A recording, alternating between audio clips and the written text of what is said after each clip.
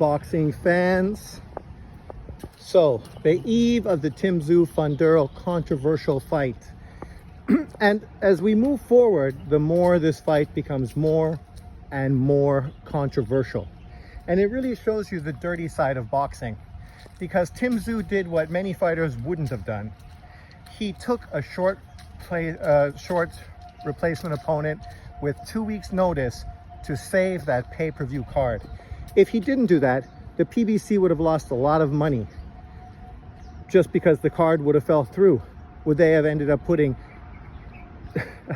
Rolly Romero and Isaac Cruz as the headline fight? I mean, come on, if they would have done that, imagine the backlash they would have got from fans putting that as a pay-per-view fight. But thanks to Tim Tszyu, the pay-per-view was allowed to happen. It turned out to be a great pay-per-view full of a lot of really good, fun, entertaining matches. And obviously the biggest and most entertaining of that fight was the Tim Tszyu Funduro fight. Tim Tszyu did not need to go 12 rounds with Funduro. He got cut by an elbow in the second round. They could have easily stopped it, but of course the fix was in, and the doctor, who was so adamant about closing the fight after seeing the cut originally, ended up allowing it to go on for another 9 rounds. Even though the cut never got better, the team in the corner wasn't able to stop the blood flow, and it just continued to rain down his face throughout the whole fight. Obviously a huge disadvantage for the smaller fighter, who obviously needed to time the bigger fighter to be able to get inside and capitalize on his advantages, which he was able to do easily in the first 2 rounds. But after he had the blood issue, his game plan fell apart. He obviously became a lot less active as far as being aggressive and trying to counter. Obviously, trying to see was hindered. When you have so much blood flowing into your face, into your eyes, there's no surprise that you can't see. But then people talked about, I saw Tim Bradley on ESPN, or on ProBox, say, oh, well, you know, the doctor asked him and he said he could see. Come on. Which fighter is going to take the easy way out? The whole nature of being a fighter is being a fighter. If you're one of those boxers that would jump at the opportunity to get a no contest or potentially win after the 4th round because of a cut, that's not the kind of boxer fans are excited to watch, because that's the kind of guy who just shows very little heart and doesn't have the kind of dogged determination that us boxing fans want to see. Tim Tszyu went through the fight, had to deal with these things that were inhibiting his performance. And just the fact that you were fighting a southpaw who's 6'6", that's big enough in itself. But now you got to compete against blood flow all over your face. And I think a lot of boxing fans are being too quick to basically throw Tim Tszyu under the bus, talking about how he is no longer really relevant as far as what goes on next, which is unfair, because this is the guy that agreed to take a short replacement. He's the one that saved the fight. This is the guy who was the world champion. Apparently, from what I just heard from Chris Algieri, they didn't have a rematch clause written into the contract. They had a verbal agreement, which basically means, yeah, that shit ain't fucking happening. Which means Funduro is definitely going to fight Errol Spence next. And this has nothing to do with Errol Spence. It has everything to do with the PBC and how now they're basically tossing Tim Tszyu aside.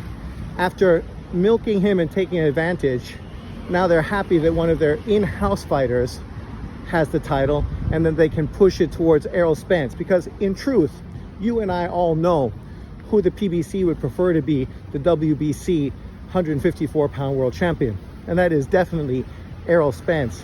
And I don't know if that means potentially a rematch with Bud Crawford, which, if that is the end game, we can't really complain too much about that, because it's something that was just naturally going to happen anyways.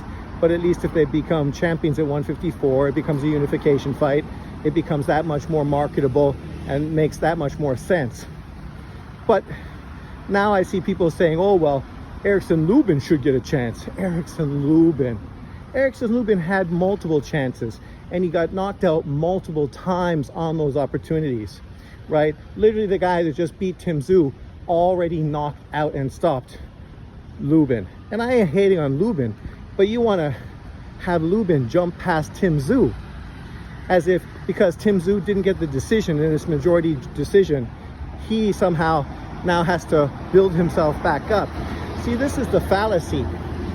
You see some people on YouTube trying to compare Errol Spence's knockout loss, being humiliated and destroyed by Bud Crawford, to Lomachenko's loss to Devin Haney, a loss where the majority of boxing fans actually feel that Lomachenko won. So how do you compare this and act as if this is, you know, the same thing? It's not the same thing.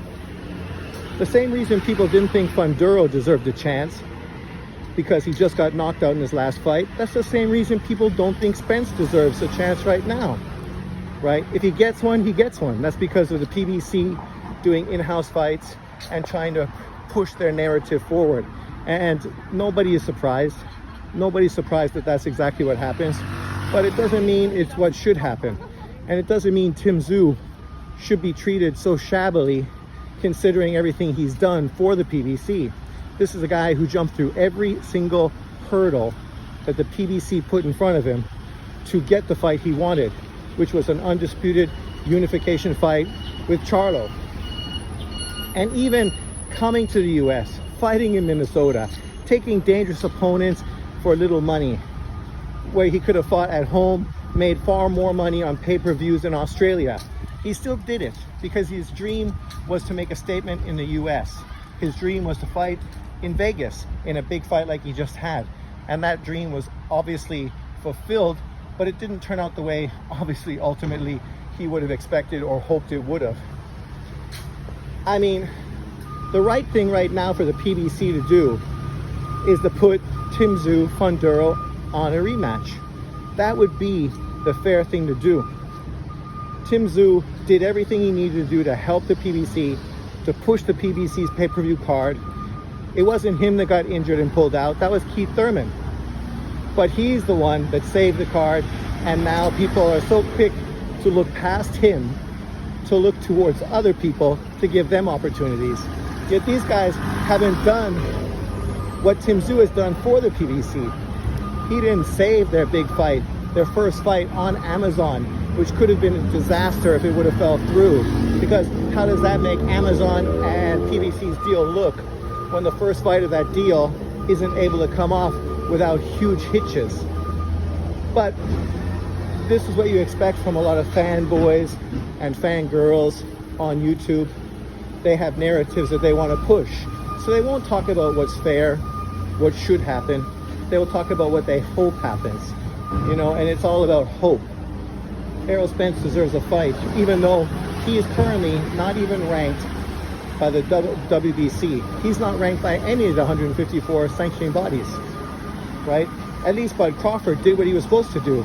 He petitioned the WBO to become the mandatory, as you can do when you're the super champion. And now he is the mandatory for the WBO title. But we know the PBC doesn't care about WBO. So are these people that are so adamant right now going to then criticize and shit on Funduro if he literally drops his WBO title to duck Bud Crawford to fight Errol Spence, coming off of a knockout loss to Bud Crawford? Because what a bad look that is. And to act like somehow that's a successful pay-per-view is ridiculous. Because anyone with a half a brain realizes that the guy that Funduro should fight, if he's not going to give Tim Tszyu his get back, is Bud Crawford. Because he is the mandatory opponent, right?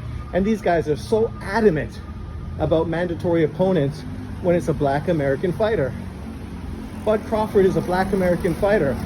So how come you're not adamant about him getting his mandatory opportunity? Why are these guys so quick to look past him, to look past Tim Tszyu, to try to shoehorn Errol Spence into this conversation? Errol Spence, who literally has been irrelevant for a year. The most relevant thing he's done is have eye surgery, which doesn't really speak volumes about what kind of impact he's going to have in boxing moving forward. Retina surgery. But as I said, this has nothing to do with Errol Spence. This is about the PBC and the way they operate. the way they make fights. And then people are surprised and shocked when people are not excited about the fights they make. Frank Martin, Tank Davis, not a bad fight, a solid fight. If there weren't better opportunities available, other fights that Tank Davis should be taking, people would be more than happy to see Tank Davis fight Frank Martin. But unfortunately, you got guys like Haney and Shakur Stevenson that are right there calling him out for the last 2 years,